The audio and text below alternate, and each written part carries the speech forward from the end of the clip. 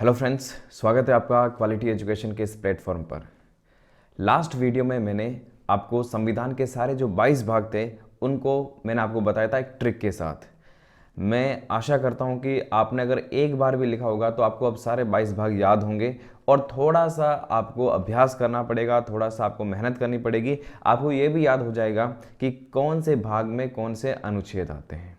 अब मैं जो आज का वीडियो बताने वाला हूं, आज के वीडियो जो आपको एक लंबी टाइम से आपकी डिमांड थी, मैंने भी आपको कहा था कि मैं सारे जो भी महत्वपूर्ण आर्टिकल्स हैं संविधान के 395 में से वो मैं आपको एक साथ करा दूंगा। तो जो मुझे महत्वपूर्ण लगते हैं, संभावना सबसे ज़्यादा संभावना जो एग्जाम में रहती है वो इन्हीं आर्टिकल्स की रहती है, यही घूम फिर कर वापस से रिपीट होते हैं।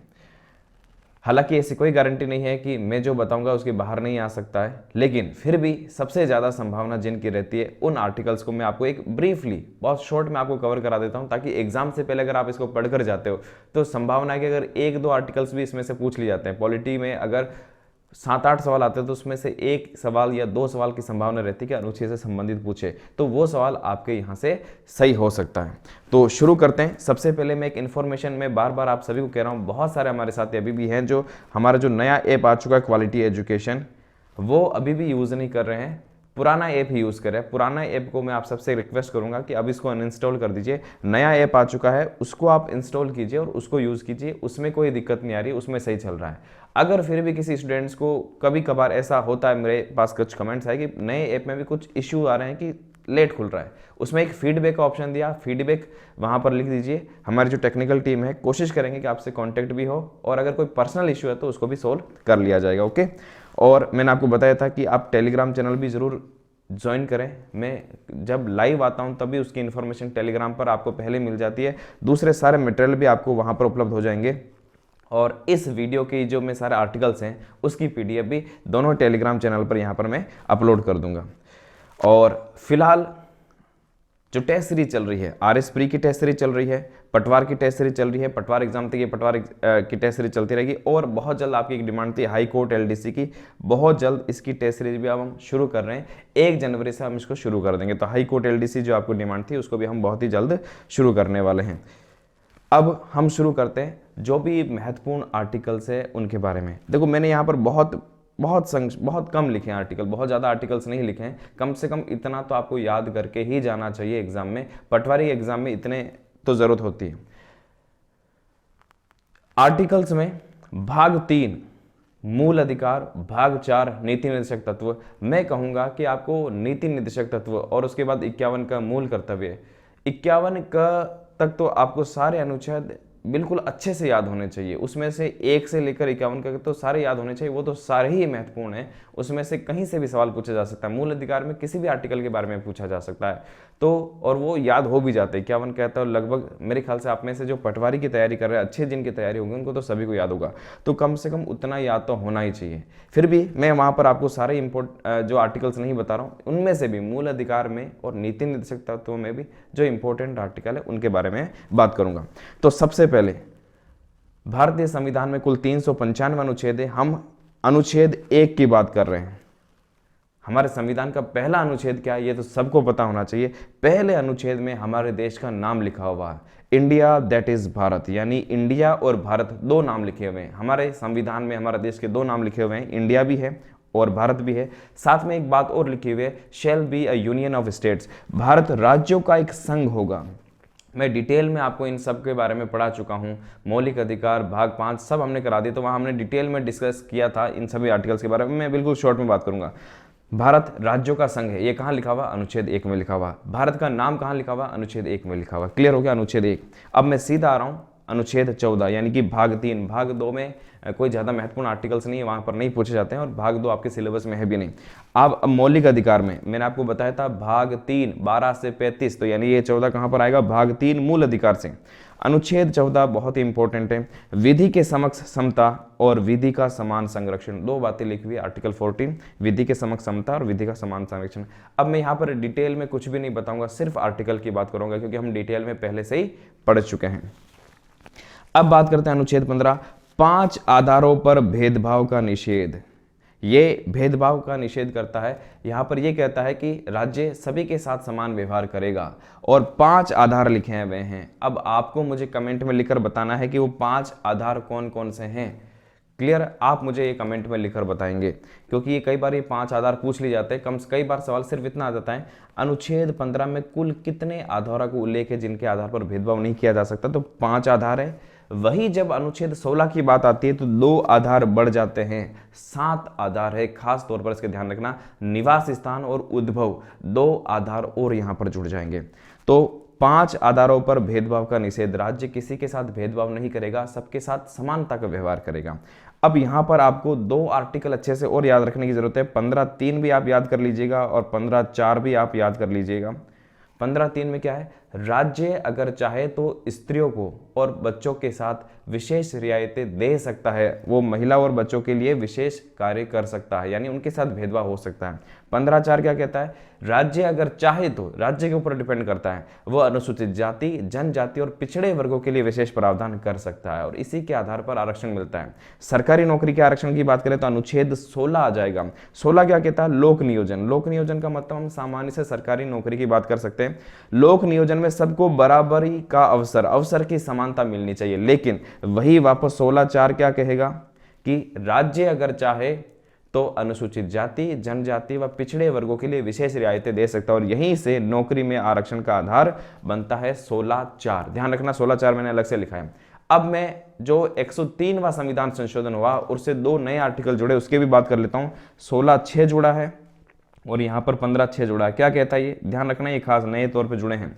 16(6) कहता है कि जो आर्थिक रूप से पिछड़े वर्ग के हैं, जैसे अभी सामान्य वर्ग को 10% रिजर्वेशन मिला ईडब्ल्यूएस का, जो आर्थिक रूप से पिछड़े वर्ग हैं तो उनको भी अधिकतम 10% तक रिजर्वेशन दे सकते हैं। यही 15(6) कहता है। देखो 15(6) स्कूल में या शिक्षण संस्थाओं पर लागू होता है आरक्षण में, और 16 में लागू होता है नौकरियों के बारे में। क्लियर हो गया, 4 आर्टिकल्स अभी हमने पढ़ लिए। अनुच्छेद 1 इंपॉर्टेंट है, 14, 15 और 16।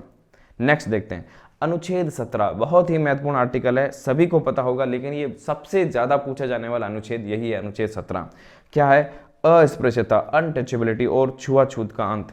अस्पृश्यता का सभी प्रकार से ये निषेध करता है।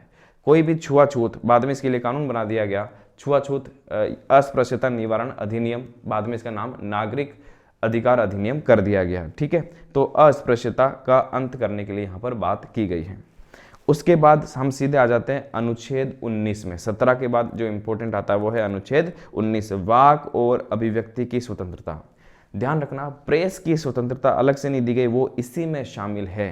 तो कई बार सीधे ये पूछ लेते हैं प्रेस की स्वतंत्रता कौन से आर्टिकल में, अनुच्छेद 19। और एक सवाल ये भी पूछा जाता है आपातकाल लगने पर सबसे पहले कौन सा अनुच्छेद निलंबित होता है, अनुच्छेद। बोलने की आज़ादी सबसे पहले आपकी खत्म हो जाती है। ये वाक और अभिव्यक्ति, ये जो अनुच्छेद 19 है, इसमें कुल 6 प्रकार की स्वतंत्रता है।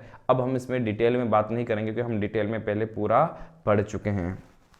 अब सीधे आ जाइए अनुच्छेद 21। संविधान का आज एक सबसे महत्वपूर्ण अनुच्छेद जो माना जाता है वो अनुच्छेद 21 ही है, प्राण और दैहिक स्वतंत्रता का संरक्षण। इसको हम सामान्य भाषा में जीवन का अधिकार भी कहते हैं। जीवन का अधिकार, कई बार एग्जाम में सीधा सीधा जीवन के अधिकार का पूछ लिया जाता है कि जीवन का अधिकार कौन से आर्टिकल में, अनुच्छेद 21 में। और अब इसको मैं इंपॉर्टेंट क्यों कह रहा हूं, क्योंकि इसके बहुत विस्तार से व्याख्या सुप्रीम कोर्ट ने कर दी है और इसके अंदर बहुत सारे अधिकार। पर्यावरण का अधिकार किसके तहत आएगा, अनुच्छेद 21 के तहत। राइट टू प्राइवेसी, निजता का अधिकार, एक अच्छे से इसको लिख दीजिए। निजता का अधिकार के बारे में आजकल काफी पूछा जाता है। निजता का अधिकार, हर व्यक्ति को अपने एकांतता का, निजता का अधिकार है, वो भी आर्टिकल 21 के तहत ही आएगा। अब बात करते हैं अनुच्छेद 21 का बाद में जोड़ा गया, क्या है, 6 से 14 वर्ष के बच्चों को निःशुल्क शिक्षा का अधिकार है। कब जोड़ा गया ये आपको पता होना चाहिए, मैं इसके बारे में बार बार बता चुका हूं। 86वें संविधान संशोधन 2002 के तहत ये जोड़ा गया, अनुच्छेद 21 का। क्लियर। अब नेक्स्ट देखते हैं अनुच्छेद 24, बहुत ही इंपॉर्टेंट आर्टिकल है, बाल श्रम का निषेध करता है। कारखानों में 14 वर्ष से छोटे बच्चों के जो है उनके नियोजन पर ये प्रतिबंध लगाता है। बच्चों के यहाँ पर ये सीधा सीधी भाषा में हम यहाँ पर कह सकते हैं बाल श्रम का निषेध करता है। क्लियर। अब मैं यहाँ पर सीधे आ रहा हूँ अनुच्छेद 31। देखो अनुच्छेद 25, 26 बहुत ही महत्वपूर्ण आर्टिकल हैं। हम उनको छोड़ नहीं सकते, लेकिन मुझे क्योंकि बहुत जो सबसे महत्वपूर्ण मुझे लगते हैं उन्हीं को शामिल करना था, कम संख्या रखनी थी, इसलिए मैं 25-26 को इग्नोर कर रहा हूँ यहाँ पर। 29 बहुत इंपॉर्टेंट आर्टिकल है, लेकिन इग्नोर कर रहा हूँ यहाँ पर। लेकिन मैं आपको फिर यही कहूँगा, अगर आप याद कर सकते हैं तो ज़रूर याद करें। मूल अधिकार सारे आर्टिकल्स आप अच्छे से पढ़ लें। मैं सीधा अनुच्छेद 31 पर आ रहा हूँ। क्या है? फिलहाल कुछ भी नहीं है, यहाँ से हटा दिया गया, लेकिन ये सवाल बहुत पूछा जाता है। संपत्ति का अधिकार पहले एक मौलिक अधिकार था, लेकिन अब इस मौलिक अधिकार को यहाँ से हटा दिया गया। पिछले वीडियो में मैंने आपको बताया ये अनुच्छेद 300 क में केवल एक कानूनी अधिकार है। पहले ये कहाँ पर था? अनुच्छेद 31 में था। बहुत बार पूछा जाता है, इसलिए मैंने यहाँ पर लिख दिया। अनुच्छेद 32, डॉक्टर भीमराव अंबेडकर जिसे संविधान की आत्मा कहते हैं, वो है संवैधानिक उपचारों का अधिकार। कितने प्रकार की रिट है यहाँ पर? 5 प्रकार की रिट। कमेंट में आप मुझे लिखकर बताइए वो 5 प्रकार की रिट यहाँ पर कौन कौन सी है। आपको उनके जो अंग्रेजी नाम है वो भी याद होने चाहिए। अब यहाँ पर अनुच्छेद 32 के बाद हम जानते हैं कि मूल अधिकार खत्म हो जाते हैं, लास्ट आर्टिकल 35 है। उसके बाद 36 से नीति निर्देशक तत्व शुरू हो जाते हैं। तो अगला आर्टिकल जो नीति निर्देशक तत्व में आता है, अनुच्छेद 39 क है। ये क्या है? समान न्याय और निःशुल्क विधिक सहायता इसमें लिखा हुआ। मैंने केवल निःशुल्क विधिक सहायता लिखा है, इसके साथ समान न्याय भी लिखा हुआ है। तो समान न्याय और जो भी पिछड़े वर्ग हैं, गरीब हैं, उनको निःशुल्क विधिक सहायता राज्य उपलब्ध कराएगा। ये राज्य का कर्तव्य है। मैंने आपको पिछले वीडियो में बताया नीति निर्देशक तत्व क्या है? राज्य के कुछ कर्तव्य है। तो निःशुल्क विधिक सहायता उपलब्ध करवाना। नेक्स्ट 39 के बाद यहां पर मेरे ख्याल से कुछ 2-3 आर्टिकल हमें और जोड़ने चाहिए। वो है अनुच्छेद 40, इसके बाद 44। ये 2 आर्टिकल बहुत महत्वपूर्ण है, मेरे ख्याल से यहाँ छूट गए हैं। मैं इसको यहाँ पर आपको क्लियर करा देता हूँ। अनुच्छेद 40 में क्या है? जिन्होंने पढ़ रखा है उनको आना चाहिए। अनुच्छेद 40 में है ग्राम पंचायतों का गठन। मैं यहाँ पर 40 की बात कर रहा हूँ। ग्राम पंचायतों के गठन के बारे में लिखा हुआ है। ग्राम पंचायतों का गठन ये है अनुच्छेद 40 में। ये महात्मा गांधी का एक स्वराज का जो संकल्पना थी उससे को शामिल करते हुए ग्राम पंचायतों गठन के बारे में ये हमारे संविधान में जोड़ा गया।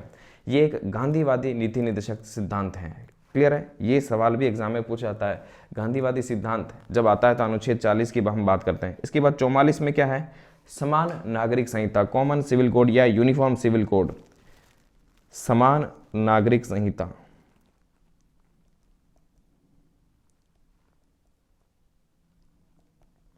क्लियर है? ये 40 और 44 आप जरूर अब याद रखेंगे। इसको 2 आर्टिकल इसके साथ आप जोड़ लीजिए। अब बात करते हैं अनुच्छेद 47, आर्टिकल 47।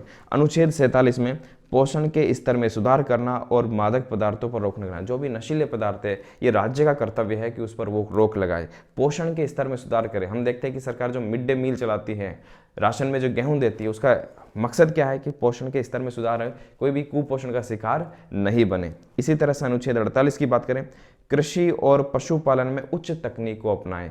लास्ट में एक बात और लिखी है कि राज्य का ये दायित्व है कि वह गोवध निषेध की बात करे।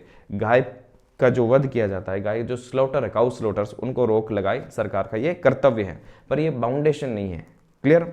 अब बात करते हैं अनुच्छेद 48 क। बहुत इंपॉर्टेंट है इसलिए मैंने इसको जोड़ा। 42वें संविधान संशोधन से ये संविधान में जोड़ा गया। वन और वन्य जीव और पर्यावरण का संरक्षण करना ये भी सरकार का कर्तव्य है। अनुच्छेद 48 का पर्यावरण के बारे में अभी मैंने आपको बताया, पर्यावरण का अधिकार एक मूल अधिकार भी है, लोगों को स्वच्छ पर्यावरण मिले, अनुच्छेद 21 में लिखा हुआ है। इसके अलावा नीति निर्देशक तत्व की बात करें तो अनुच्छेद 48 क यहाँ पर लिखा हुआ है पर्यावरण के बारे में। ऐसे ही मूल कर्तव्य में भी लिखा हुआ कि नागरिकों का भी ये कर्तव्य है कि वह अपने पर्यावरण की रक्षा करे। इसका मतलब हमारे मूल अधिकार, हमारे नीति निर्देशक तत्व और हमारे कर्तव्य, तीनों ही जगह पर्यावरण के संरक्षण की बात की गई है संविधान में। खास तौर पर इसका ध्यान रखना क्योंकि आजकल पर्यावरण बहुत इंपॉर्टेंट टॉपिक है, तो हमारे संविधान में कहाँ कहाँ पर पर्यावरण के बारे में उल्लेख है वो भी आपको पता होना चाहिए। इसके अलावा अनुच्छेद 50 कार्यपालिका से न्यायपालिका का पृथक्करण, अनुच्छेद 50 में लिखा हुआ है। इसके बाद एक लास्ट जो नीति निर्देशक तत्व आता है वो अनुच्छेद 51 है, जिसमें अंतर्राष्ट्रीय शांति में अभिवृद्धि की बात की जाती है। और उसके बाद 42वां संविधान संशोधन 1976, बार बार 42वां संविधान संशोधन आ रहा है, उसके तहत हमने मूल कर्तव्य जोड़े हैं। टोटल मूल कर्तव्य कितने हैं? टोटल मूल कर्तव्य वर्तमान में 11 है। मूल संविधान में कितने मूल कर्तव्य थे? एक भी नहीं थे, जीरो। मूल संविधान में जीरो मूल कर्तव्य थे, क्योंकि ये तो बाद में जोड़ा गया।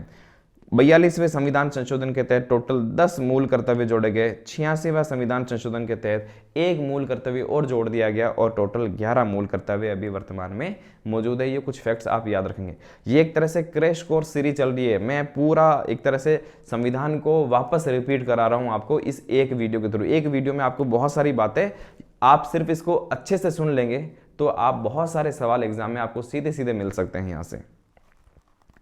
नेक्स्ट देखते हैं अनुच्छेद 60, राष्ट्रपति की शपथ के बारे में यहां पर उल्लेख है, ध्यान देना।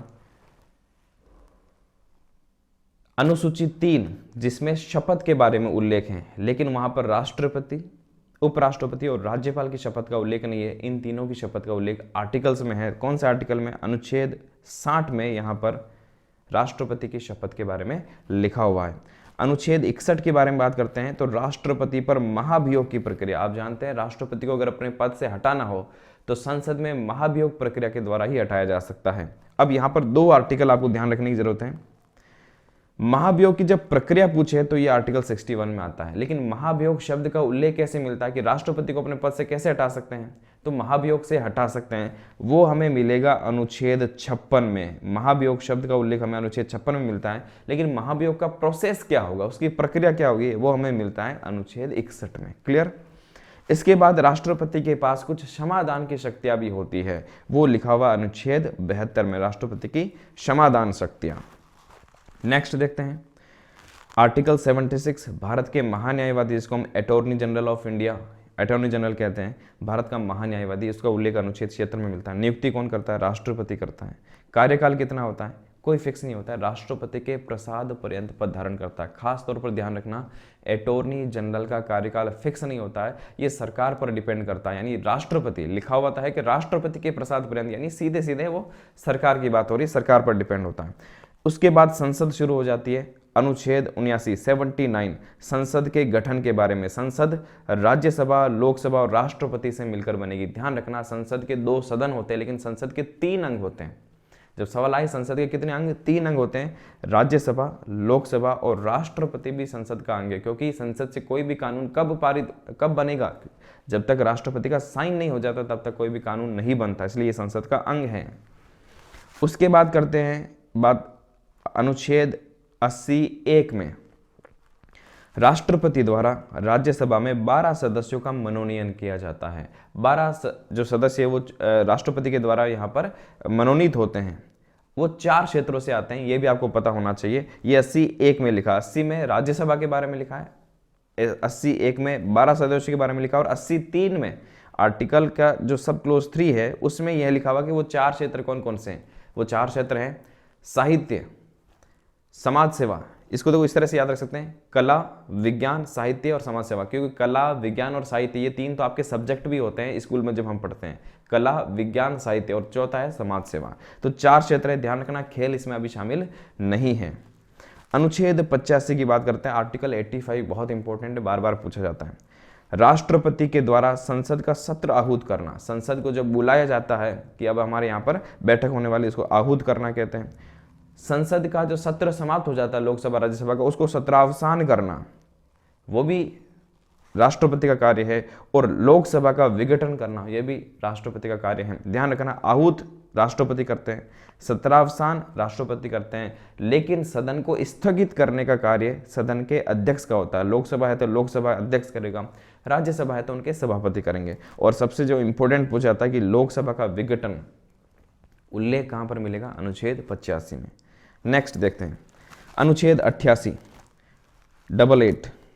तो यहां पर मंत्रियों के बारे में और महान्यायवादी के संसद संबंधित अधिकार क्या है। ये दोनों किसी भी सदन में भाग ले सकते हैं, बोल सकते हैं, किंतु मतदान नहीं कर सकते। देखो, मतदान सिर्फ महान्यायवादी के बारे में कहूंगा। महान्यायवादी के बारे में बहुत इंपॉर्टेंट सवाल एग्जाम में आता है, ऐसा कौन सा अधिकारी है जो संसद के किसी भी सदन की बैठक में भाग ले सकता है, बोल सकता है, किंतु मतदान नहीं कर सकता? तो वो है महान्यायवादी, किसी भी सदन में बैठ सकता है। ठीक है, ऐसे ही जो मंत्री होते हैं, आप देखते होंगे जो मंत्री है वो लोकसभा में बैठ जाते हैं, राज्यसभा में भी बैठ जाते हैं, तो वो दोनों में बैठ सकते हैं, दोनों में बोल सकते हैं। लेकिन ध्यान देना, मतदान उसी सदन में करेंगे जिस सदन के वो सदस्य, यानी मंत्री तो मतदान कर सकते हैं क्योंकि वो तो सदन के सदस्य होते हैं, किसी न किसी एक सदन के, तो जिस सदन के सदस्य होंगे उसी में मतदान कर सकते हैं। लेकिन महान्यायवादी किसी में भी मतदान नहीं कर सकता। अनुच्छेद 108 बहुत ही महत्वपूर्ण, संसद के दोनों सदनों की संयुक्त बैठक का प्रावधान। संयुक्त बैठक, जॉइंट सेशन जिसको हम कहते हैं, ये कब होता है? किसी भी साधारण विधेयक पर यदि लोकसभा और राज्यसभा के बीच में मतभेद हो जाए, लोकसभा ने किसी कानून को पास कर दिया, राज्यसभा पास नहीं कर रही है, तब जॉइंट सेशन बुला सकते हैं राष्ट्रपति। संयुक्त सत्र को आहूत कौन करता है? राष्ट्रपति करते हैं। जब संयुक्त जॉइंट सेशन बैठेगा तो उसकी अध्यक्षता कौन करेगा? तो उसकी अध्यक्षता लोकसभा अध्यक्ष करते हैं। ध्यान रखना इस बात को। एक बात मैं और यहाँ पर क्लियर कर देता हूँ, संयुक्त बैठक कब कब होती है? अभी तो मैंने बताया कि साधारण विधेयक पर मतभेद हो जाने पर बुलाई जा सकती है, लेकिन आप जानते हैं हमारे साल की जो भी पहली बैठक होती है, साल की संसद की जो भी पहली बैठक होती है, वो भी एक सबसे पहले एक जॉइंट सेशन होगा। इसी तरह से आम चुनाव के बाद भी एक जॉइंट सेशन होता है, पर ध्यान रखना वो उसका उल्लेख, उस जॉइंट सेशन का उल्लेख आर्टिकल 87 में है, न कि 108 में। 108 स्पेशली जब विधेयक पर मतभेद होता है उसके बारे में उल्लेख है। अनुच्छेद 101, 110 बहुत ही महत्वपूर्ण है। ये तो आरएस मेंस में भी पूछा जा चुका है, आरएस प्री में भी आ चुका है, पटवारी में और अदर एग्जाम में बहुत बार पूछा जा चुका है। अनुच्छेद 110 धन विधेयक के बारे में उल्लेख है। मनी बिल जिसको हम कहते हैं, उसकी परिभाषा यहाँ पर लिखी हुई है। और धन विधेयक पर सवाल पूछा जाता है कि धन विधेयक पर अंतिम निर्णय किसका होता है? लोकसभा अध्यक्ष का निर्णय अंतिम होता है। सारी पावर लोकसभा के पास होती है। धन विधेयक को राज्यसभा केवल 14 दिन रोक सकती है। ये कुछ फैक्ट्स आपने पढ़े होंगे। लोकसभा अध्यक्ष का निर्णय अंतिम हो, इसका क्या मतलब है? इसका मतलब है कि इसको कहीं पर भी चुनौती नहीं दी जा सकती, कोर्ट में भी चुनौती इसको नहीं दी जा सकती है। नेक्स्ट देखते हैं अनुच्छेद 112। 112 में हमारे यहाँ पर बजट का उल्लेख है, जिसको हम वार्षिक वित्तीय विवरण कहा जाता है। ध्यान रखना, भारत के संविधान में बजट शब्द का उल्लेख नहीं है, वार्षिक वित्तीय विवरण शब्द का उल्लेख है। अगर कहीं पर ऐसा है कि अनुच्छेद 112 में स्पेशली जब ऐसा लिखा जाता है, देखो बजट शब्द लिख के अगर उसको इन्वर्टेड कॉमा में रखा जाता है, इसका मतलब वो स्पेशल बजट शब्द के बारे में बात कर रहा है कि भारत के संविधान के अनुच्छेद 112 में बजट शब्द का उल्लेख है, वो कथन गलत हो जाएगा। लेकिन अगर वो इन्वर्टेड कॉमा में नहीं रखता है, देखो कितना फर्क पड़ जाता है इन्वर्टेड कॉमा का। इन्वर्टेड कॉमा में नहीं रखता और सिर्फ कैसा लगता है कि भारत के अनुच्छेद 112 में बजट का उल्लेख मिलता है, तब वो कथन सही हो जाएगा। लेकिन जब वो इन्वर्टेड कॉमा में कर देता है, इसका मतलब वो स्पेशल उसी वर्ड की बात कर रहा है। तो इस वर्ड का उल्लेख नहीं है, लेकिन इसके बारे में उल्लेख है। बजट के बारे में उल्लेख जरूर है, लेकिन वर्ड नहीं है। उसकी जगह वर्ड कौन सा है? वार्षिक वित्तीय विवरण। ये बहुत छोटी छोटी सी बातें हैं, लेकिन ये छोटी छोटी बातें हमारे मार्क्स बढ़ाती है एग्जाम में। इन छोटी छोटी बातों को आपको एग्जाम में खास तौर पर ध्यान रखना। कई बार हम छोटी सी चीज़ों को इग्नोर कर देते हैं और एक सवाल गलत हो जाता है। हालांकि इतनी गहराई से आरएस जैसे एग्जाम में, आईएएस एग्जाम में पूछा जाता है, लेकिन आप भी ध्यान रखेंगे क्योंकि आपका अगला लक्ष्य तो वही होने वाला है। अनुच्छेद 116 की बात करते हैं। यहाँ पर लेखानुदान, वोट ऑन अकाउंट्स इसको कहते हैं, प्रत्यय अनुदान, वोट ऑन क्रेडिट इसको कहते हैं, अपवाद अनुदान। 3 अनुदान के बारे में उल्लेख है। लेखानुदान, प्रत्यानुदान, अपवाद अनुदान। होता क्या, मैं आपको संक्षिप्त में बता देता हूँ। लेखानुदान, हालांकि आजकल इसकी जरूरत नहीं पड़ती है। पहले बजट पारित होने में लगभग 45 दिन, जैसे हमारे यहाँ पर 1 अप्रैल से नया वित्तीय वर्ष शुरू होता है, लेकिन बजट पारित होने में 1 अप्रैल के बाद 45 दिन का समय और लग जाता था। ठीक है, तो पहले क्या होता था, अब तो बजट को पहले कर दिया, फरवरी से ही शुरू हो जाता है इसकी कार्रवाई। पहले बजट लेट पारित होता था, तो अग्रिम अनुदान लेना पड़ता कि इस 45, जब तक बजट पास नहीं हो तब तक हम खर्चा कैसे चलाएं। तो जो अग्रिम अनुदान लिया जाता था उसको हम लेखानुदान कहते थे। आजकल इसकी आवश्यकता नहीं पड़ती है। कितना हो सकता था? 1/6 भाग, कुल बजट का 1/6 भाग, यानी 2 महीने का बजट मिल जाता था एक तरह से। प्रत्यय अनुदान क्या होता है? इसको वोट ऑन क्रेडिट कह सकते हैं। कई बार कुछ ऐसी बजट में सेवा को उल्लेख होता है जिसके बारे में निश्चित नहीं होता कि इसके लिए कितने पैसे की जरूरत पड़ सकती है। वो ज़्यादा भी हो सकता है, कम भी हो सकता है। तो कुछ एक्स्ट्रा पैसे जो लिए जाते हैं उसको कहते हैं प्रत्यय अनुदान, कुछ अतिरिक्त मांग जो की जाती है। और अपवाद अनुदान, कई बार कुछ ऐसी सेवा की जरूरत पड़ जाती है जिसके बारे में बजट में उल्लेख नहीं होता है, लेकिन उसके बाद पैसे की जरूरत पड़ती है, तो अपवाद अनुदान के रूप में लोकसभा से पारित करा के एक्स्ट्रा पैसा, अलग से पैसा लिया जा सकता है। अनुच्छेद 117 ये है वित्त विधेयक। ध्यान देना, अनुच्छेद 110 धन विधेयक है, अनुच्छेद 117 वित्त विधेयक है, फाइनेंस बिल इसको कहा जाता है। सभी धन विधेयक वित्त विधेयक होते हैं। कई बार ऐसा कथन पूछा जाता है, क्या ये कथन सही है? तो बिल्कुल सही है। आप इस तरह से लिख सकते हैं, ये धन विधेयक है और ये वित्त विधेयक। आप रीजनिंग में इस तरह के सवाल करते होंगे। सारे धन विधेयक वित्त विधेयक होते हैं, लेकिन सभी वित्त विधेयक धन विधेयक नहीं होते हैं। वित्त विधेयक का एक पार्ट है धन विधेयक, तो इसको आप ध्यान में रख लेना, यहां से सवाल पूछे जा सकते हैं। आर्टिकल 123 1, 2, 3 बहुत इंपॉर्टेंट आर्टिकल है। राष्ट्रपति की अध्यादेश जारी करने की शक्ति। अध्यादेश के बारे में काफी सवाल पूछे जाते हैं। अनुच्छेद 123 1, 2, 3 अध्यादेश क्या होता है? जब संसद का सत्र नहीं चल रहा हो या कोई भी एक सदन नहीं चल रहा हो और कानून बनाने की आवश्यकता हो, तो राष्ट्रपति उसी कानून के रूप में एक अध्यादेश जारी कर सकता है। कितने टाइम तक रहता है? अधिकतम कितना रह सकता है? अधिकतम 6 माह रह सकता है, क्योंकि 2 सदन के बीच में 6 महीने से अधिक का समय नहीं हो सकता। बाकी ये कितना समय रह सकता है? जैसे ही सदन चालू होगा उसके अधिकतम 6 हफ्ते तक रह सकता है। ये कुछ बेसिक बातें हैं जो आप ध्यान रखना, क्योंकि यहीं से डायरेक्ट सवाल पूछा जा सकता है।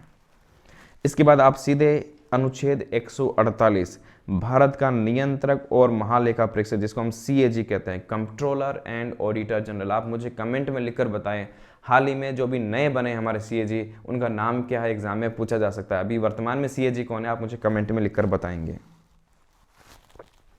इसके बाद अनुच्छेद 155 भाग 6 शुरू हो जाता है। राज्यपाल की नियुक्ति के बारे में उल्लेख है। राज्यपाल की नियुक्ति होती है, ध्यान देना, राष्ट्रपति निर्वाचित होते हैं, राज्यपाल की नियुक्ति होती है। किसके द्वारा होती है? राष्ट्रपति के द्वारा। कार्यकाल कितना होता है? ध्यान देना, राज्यपाल का कार्यकाल नियत नहीं होता है, वो राष्ट्रपति के प्रसाद पर्यंत पद पर रहते हैं, लेकिन सामान्यतः 5 वर्ष होता है। क्लियर? अनुच्छेद 159 राज्यपाल की शपथ। 60 में राष्ट्रपति की शपथ थी, 159 में राज्यपाल की शपथ या प्रतिज्ञा का उल्लेख होता है। ओके, शपथ कौन दिलाता है? राज्यपाल को शपथ, नियुक्ति राष्ट्रपति करते हैं, लेकिन उनको जो शपथ है वो उस राज्य के हाई कोर्ट के मुख्य न्यायाधीश दिलाते हैं। अनुच्छेद 164 ये राज्यपाल द्वारा मुख्यमंत्री और मंत्री परिषद की नियुक्ति के बारे में उल्लेख है। क्लियर हो गया? मुख्यमंत्री और मंत्री परिषद की नियुक्ति राज्यपाल करते हैं। 76 में हमने पढ़ा था महान्यायवादी के बारे में। ऐसे जैसे महान्यायवादी होता है, ऐसे राज्य में महाधिवक्ता होता है, वो अनुच्छेद 165 में लिखा हुआ। नेक्स्ट आर्टिकल देखते हैं, अनुच्छेद 169। हमने वहां पर संसद की जब बात करते हैं तो 79 होता है, यहाँ 169 है। राज्यों में विधान परिषदों का उत्साधन या सृजन। ध्यान देना, यहाँ पर केवल विधान परिषद की बातें हैं। यहाँ पर 168 में विधान मंडल की बात है और 169 में विधान परिषद। राज्य में विधान परिषद भी हो सकती है। उस विधान परिषद कैसे बनेगी, उत्साधन का मतलब उसका विघटन कैसे हो सकता है और उसका निर्माण कैसे हो सकता है, उसके बारे में उल्लेख है। मैंने आपको पिछले वीडियो में डिटेल में बता रखा है कि विधान परिषद कैसे गठित हो सकती है, किन राज्यों में हो सकती है और कैसे इसको समाप्त किया जा सकता है। उसके बाद अनुच्छेद 213। देखो अभी हमने पढ़ा था अनुच्छेद 123 1, 2, 3। यहाँ आपको ध्यान में रखना 213 ये राज्यपाल द्वारा अध्यादेश। 123 में राष्ट्रपति अध्यादेश जारी करते हैं, 213 में राज्यपाल की अध्यादेश जारी करने की शक्ति का उल्लेख है। क्लियर हो गया यहाँ तक? अब हम बात करते हैं, बहुत ही महत्वपूर्ण अनुच्छेद है, अनुच्छेद 243 पंचायती राज से संबंधित हैं।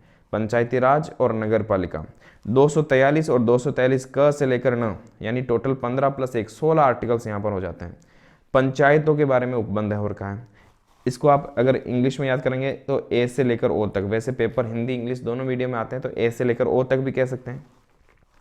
और यहाँ पर हो जाएगा पी से लेकर जेड जी तक। 243 पी से लेकर जेड जी या त से लेकर एच नगर पालिकाओं के बारे में दे रखा है, आर्टिकल 243। अब आ जाता है अनुच्छेद 262 और 263, बहुत ही इंपॉर्टेंट है। मैंने आपको बताया था केंद्र राज्य संबंध के बारे में, तो यहाँ से केंद्र राज्य संबंध के बारे में आता है। अंतर राज्य नदियों के जल संबंधी विवादों हेतु एक अधिकरण, एक राज्य से दूसरे राज्य, कोई नदी है वो एक राज्य से 2 राज्यों में बह सकती है। कई बार इन दोनों को लेकर विवाद हो जाता है, जैसे आप देखते हैं कि केरल और तमिलनाडु, कर्नाटक, इनमें काफ़ी विवाद होता रहता है नदियों को लेकर। कई बार हमें हल्का सा विवाद पंजाब, हरियाणा और राजस्थान के बीच में भी देखना होता है कि कौन नदियों का जल कौन कितना रखेगा, तो उस नदियों के जल का बंटवारा, अंतर्राज्यीय नदियों के जल का बंटवारा कैसे होगा, उसके लिए एक अधिकरण बनाया गया, ट्राइब्यूनल बनाएगा। मैंने आपको पिछले वीडियो में बताया भाई ट्राइब्यूनल क्या होता है। ये किसी विशेष मामले को, ये न्यायालय की तरह ही होते हैं, लेकिन ये केवल कुछ विशेष मामलों को ही देखते हैं। जैसे ये जल संबंधी विवाद ही देखेंगे तो जल है तो अधिकरण बन जाएगा। ऐसे अनुच्छेद 63 ये भी अंतर्राज्यीय परिषद के बारे में है। राष्ट्रपति अंतर्राज्यीय परिषद का गठन कर सकते हैं। बहुत ही इंपॉर्टेंट आर्टिकल जिसके बारे में बार बार एग्जाम में आता है, अनुच्छेद 280 वित्त आयोग। केंद्रीय वित्त आयोग का उल्लेख हमें कहाँ मिलता है? अनुच्छेद 280 में। वर्तमान में कौन सा वित्त आयोग चल रहा है? 15वां वित्त आयोग चल रहा है। उसके अध्यक्ष कौन है? आप मुझे कमेंट में लिखकर बताएंगे। बहुत बार ये सवाल एग्जाम में आ चुका है, फिर और आने की संभावना है। अनुच्छेद 300 अभी हमने बात करी थी। अनुच्छेद 31 संपत्ति का मौलिक अधिकार हटाकर अब कहाँ रख दिया गया? संपत्ति का अधिकार अब केवल एक विधिक अधिकार के रूप में। अनुच्छेद 300 ये भी बार बार एग्जाम में पूछा जाता है। 312 अखिल भारतीय सेवा के बारे में प्रावधान। हमने पढ़ा था राज्यसभा का एक विशेष अधिकार होता है जिसमें वो लोकसभा से पावरफुल होती है। अगर किसी अखिल भारतीय सेवा का गठन करना है तो यह अधिकार राज्यसभा के पास होता है। अनुच्छेद 312 में लिखा हुआ है कि राज्यसभा चाहे तो 2/3 बहुमत से प्रस्ताव पास करके किसी अखिल भारतीय सेवा का वो गठन कर सकते हैं। जैसे IFS इंडियन फॉरेस्ट सर्विस का गठन 1966 में राज्यसभा ने किया था। नेक्स्ट देखते हैं अनुच्छेद 315। ये सर्विसेज भाग 14 चल रहा है ना। तो संघ और राज्य के लिए लोक सेवा आयोग, संघ और राज्यों के लिए, जैसे संघ के लिए संघ लोक सेवा आयोग होता है UPSC, राज्यों के लिए जैसे राजस्थान में राजस्थान लोक सेवा आयोग RPSC। ऐसे ही एक संयुक्त लोक सेवा आयोग भी हो सकता है। अगर कोई 2 या 2 से अधिक राज्य चाहे कि हमारा एक ही लोक सेवा आयोग होना चाहिए तो राष्ट्रपति संयुक्त लोक सेवा आयोग का गठन यहाँ पर भी कर सकते हैं। तो कई बार सवाल आता है संयुक्त लोक सेवा आयोग का गठन का उल्लेख कहाँ मिलता है? तो भाग 14 में ही अनुच्छेद 315 में मिलता है। अब आ जाते हैं अनुच्छेद 330। इसके बीच में एक आर्टिकल और आप याद रख सकते हैं, अनुच्छेद 324, क्योंकि एक भाग में एक आर्टिकल तो हमें एक याद होना चाहिए। 324 में हमारे निर्वाचन आयोग का उल्लेख है, भाग 15 का है, क्योंकि ये 330 में भाग 16 शुरू हो जाता है 14 के बाद सीधा। तो एक आप याद रख सकते हैं बीच में निर्वाचन आयोग। क्लियर?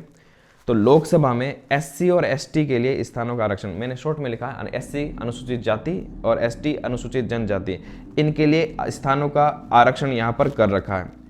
लोकसभा में ध्यान रखना, राज्यसभा में SC ST आरक्षण नहीं है, ये लोकसभा में होता है, विधानसभा में होता है। तो SC ST का कितना सीटें रहेगी? जैसे राजस्थान में आपको पता होना चाहिए, राजस्थान में कुल 25 सीटें हैं लोकसभा की, वहां पर 4 सीटें SC की है, 3 सीटें ST की, तो आपको ये पता होना चाहिए। अब मैंने यहाँ पर अनुच्छेद 331 लिखा है और यहाँ पर स्टार भी लगा रखा है। क्या है अनुच्छेद 331 में ऐसा जो मैंने स्टार लगाया? लोकसभा में 2 एंग्लो इंडियन का मनोनयन। ध्यान रखना, ये पहले होता था लेकिन 2019 की जो लोकसभा है उसके बाद से खत्म कर दिया। 104वां संविधान संशोधन अधिनियम अगर आपने पढ़ा है तो SC ST व एंग्लो इंडियन का जो रिजर्वेशन है ये हर 10 साल के लिए बढ़ाया जाता था, लेकिन इस बार SC व ST के लिए रिजर्वेशन तो बढ़ा दिया गया लेकिन एंग्लो इंडियन के बारे में कुछ भी नहीं कहा गया। इसका मतलब ऑटोमेटिक ये आर्टिकल जो है वो निष्प्रभावी हो गया। ध्यान रखना, इस आर्टिकल को डिलीट नहीं किया संविधान में, अभी भी मौजूद है, लेकिन ये अब प्रभावी नहीं है, निष्प्रभावी हो गया। तो आर्टिकल 331 में 2 एंग्लो इंडियन का वर्णन था, लेकिन अब ये प्रावधान समाप्त कर दिया गया। इंपॉर्टेंट है, आपको ध्यान में होना चाहिए कौन सा आर्टिकल में था। ऐसे ही अनुच्छेद 333 में विधानसभा में एंग्लो इंडियन का मनोनयन था, लेकिन अब यह भी निष्प्रभावी हो गया है। ऐसे देखो 330, 31, 32, तो 330 और 32 में SC व ST के लिए लोकसभा में, यहाँ पर राज्य विधानसभाओं में SC ST का आरक्षण, ये आप खास तौर पर ध्यान रखेंगे। अब नेक्स्ट देखते हैं अनुच्छेद 338। ये भाग 16 मैंने आपको बताया था, भाग 16 में कुछ वर्गों के बारे में विशेष उपबंध है, SC ST पिछड़े वर्ग। तो अनुसूचित जाति आयोग, अनुसूचित जनजाति आयोग, ये 338 में, ये 338 क में है। पहले ये दोनों एक ही आयोग थे लेकिन 2003 में दोनों को अलग अलग आयोग बना दिया गया। तो SC आयोग एक संवैधानिक संस्था है क्योंकि संविधान में उल्लेख है। ST आयोग ये भी एक संवैधानिक संस्था है। अब हाल ही में NCBC का गठन भी कर दिया, national commission for backward class, short में इसको OBC आयोग कह सकते हैं। अब ये 338 क के बाद ख में हमें मिलेगा। ये भी अब एक संवैधानिक संस्था बन चुकी है। 102वां संविधान संशोधन इसी के लिए हुआ था और NCBC को संविधान में शामिल कर लिया। पहले एक सांविधिक संस्था थी, अब संविधान में आगे इसलिए एक संवैधानिक संस्था हो गई। क्लियर? इसको 338 ए भी कह सकते हैं, इसको 338 बी भी कह सकते हैं। अनुच्छेद 343 भाग 17 यहाँ से शुरू हो चुका है। संघ की राजभाषा के बारे में उल्लेख है और वो संघ की राजभाषा क्या होगी? हिंदी होगी। हमारे संघ की राजभाषा हिंदी और लिपि देवनागरी होगी, ये भी लिखा हुआ है, देवनागरी लिपि। ठीक है। अब मैं हिंदी लिख तो सकता हूँ, लेकिन वो लिखूंगा किस तरह से, तो लिखने का जो स्टाइल होता है उसको हम लिपि कहते हैं, देवनागरी। ऐसे ही भाग 17 में 350 क भी है, उसमें लिखा हुआ कि प्राथमिक स्तर पर मातृभाषा में शिक्षा देनी है। ये लिखा हुआ है हिंदी के बारे में प्रावधान। और अभी आपने देखा होगा कि जो नई शिक्षा नीति आती है उसमें भी ये बात लिखी हुई है कि 5वीं तक हम मातृभाषा में शिक्षा प्रदान करें और संभव हो तो 8वीं तक भी। अनुच्छेद 351 कहता है कि हिंदी भाषा के विकास के लिए सरकार को निर्देश है कि वो हिंदी भाषा का प्रचार और प्रसार करे। हिंदी दिवस कब आता है? 14 सितंबर को। ध्यान रखना, 14 सितंबर को प्रतिवर्ष राष्ट्रीय हिंदी दिवस आता है। नेक्स्ट, अब यहाँ से भाग 18 हमने बात की थी इमरजेंसी की, तो भाग 18 शुरू हो गया। 352, 356 और 360 तीन आर्टिकल तो आपको अच्छे से याद रखना। 352 में क्या है? राष्ट्रीय आपातकाल की घोषणा हो सकती है, नेशनल इमरजेंसी लग सकती है। कितने आधार हैं? 3 आधार यहाँ पर हैं, ठीक है। वो 3 आधार आपको पता होना चाहिए। कोई बाह्य आक्रमण यहाँ पर हो जाए, कोई युद्ध की स्थिति आ जाए, या फिर सशस्त्र विद्रोह। ध्यान देना, अब आंतरिक शांति नहीं है, सशस्त्र विद्रोह की स्थिति में राष्ट्रीय आपातकाल लगाया जा सकता है। 355 में क्या है? 355 कहता है बाह्य आक्रमण और आंतरिक अशांति से राज्य की सुरक्षा का संघ का दायित्व। ये केंद्र का दायित्व है कि वो राज्य को बाहर के आक्रमण से बचा कर रखें और आंतरिक अशांति वहां पर पैदा नहीं हो। अगर ऐसी कंडीशन पैदा होती है तो अनुच्छेद 356 के तहत राज्य में राष्ट्रपति शासन लगाया जा सकता है। क्लियर? अब बात करते हैं 358। 2 आर्टिकल आपको अच्छे से ध्यान में रखना है, ये भी आजकल एग्जाम में पूछे जा रहे हैं। 358 में क्या होता है? 358 में ये बात लिखी हुई है कि जैसे ही इमरजेंसी लगेगी अनुच्छेद 19 स्वतः ही निलंबित हो जाएगा। इसको निलंबित करने की आवश्यकता नहीं रहेगी। आपातकाल लगने का अर्थ ही ये समझा जाएगा कि आर्टिकल 19 आपका स्वतः ही खत्म हो गया। क्लियर? लेकिन कुछ आर्टिकल्स राष्ट्रपति उसके लिए आदेश जारी करेंगे। 19 ऑटोमेटिक खत्म होगा, लेकिन बाकी मूल अधिकार समाप्त नहीं होते हैं। बाकी मूल अधिकार समाप्त होने के लिए राष्ट्रपति का आदेश जारी करते हैं कि आपातकाल लग चुका है, आपके मूल अधिकार अभी फिलहाल कुछ समय के लिए वो स्थगित किए जाते हैं। तो आपातकाल के दौरान अन्य मूल अधिकारों के परिवर्तन का निलंबन, यह अनुच्छेद 359 में लिखा हो। 358, 359 2 अलग अलग आर्टिकल आप ध्यान में रखेंगे। अब बात करते हैं अनुच्छेद 360, तो ये वित्तीय आपातकाल के बारे में है। कितनी बार लगा है अब तक भारत में? अभी तक एक बार भी नहीं लिखा है। राष्ट्रीय आपातकाल 3 बार लग चुका है, लेकिन वित्तीय आपातकाल अभी हमें एक बार भी आवश्यकता नहीं पड़ी है। वित्तीय आपातकाल देश में एक बार भी नहीं लगा है। नेक्स्ट 365, ये भाग 19 का पार्ट है। मैंने आपको पहले भी बताया था लास्ट वीडियो में। अनुच्छेद 356 356 के तहत राज्य में राष्ट्रपति शासन लगाया जा सकता है, लेकिन अनुच्छेद 365, ये नया आर्टिकल बता रहा हूं, इसके तहत भी राज्य में राष्ट्रपति शासन लग सकता है। यानी राज्य में राष्ट्रपति शासन 2 आर्टिकल के आधार पर लग सकता है, 356 के तहत भी, 365 के तहत भी। क्या लिखा है 365 में?